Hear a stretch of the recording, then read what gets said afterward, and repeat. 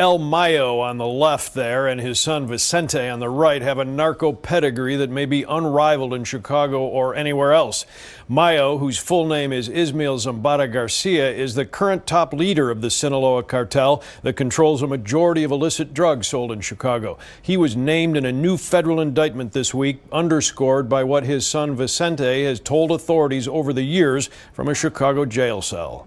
Kingpin known as El Chapo is at the center of this narco story. Chapo is locked up for life here at the Supermax prison in Colorado. His cartel co-founder, 76-year-old Ismael Zambada, who goes by El Mayo, has assumed the Sinaloa throne and acts as overlord of the cartel that has dominated drug sales in Chicago for years, controlling 80% of cocaine, heroin, methamphetamine, and fentanyl sales here. El Mayo under indictment in Chicago for 15 years, a career fugitive with a $15 million U.S. bounty on his head, is now facing this new U.S. indictment in New York. We haven't really had a photo of this guy probably for 25 years. Jack Riley is the legendary former head of the Drug Enforcement Administration outpost in Chicago, and he literally wrote the book on El Chapo. Tonight, Riley says with the declining state of U.S.-Mexico relations, capturing El Mayo is a long shot because he says he's protected and likely hiding out in the open.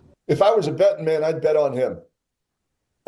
Getting away with this. This man, El Mayo's son, known as El Vincentillo, is thought to be in U.S. witness protection. The courthouse in Chicago was crawling with heavily armed guards the day Vicente was sentenced in 2019.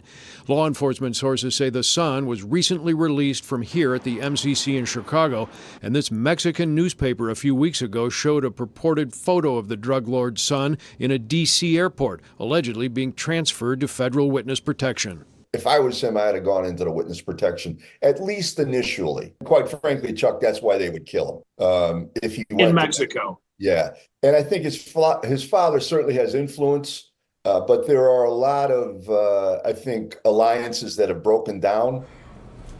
The former DEA special agent in charge, Jack Riley, tonight still pushing for that Sinaloa cartel to be designated by the United States as a terrorist organization, not just a drug trafficking group. Considering the thousands of lives they take in Cook County and elsewhere, Riley says a terror group designation would free up additional funds and allow for more aggressive tactics against cartel leaders here at the border and in Mexico.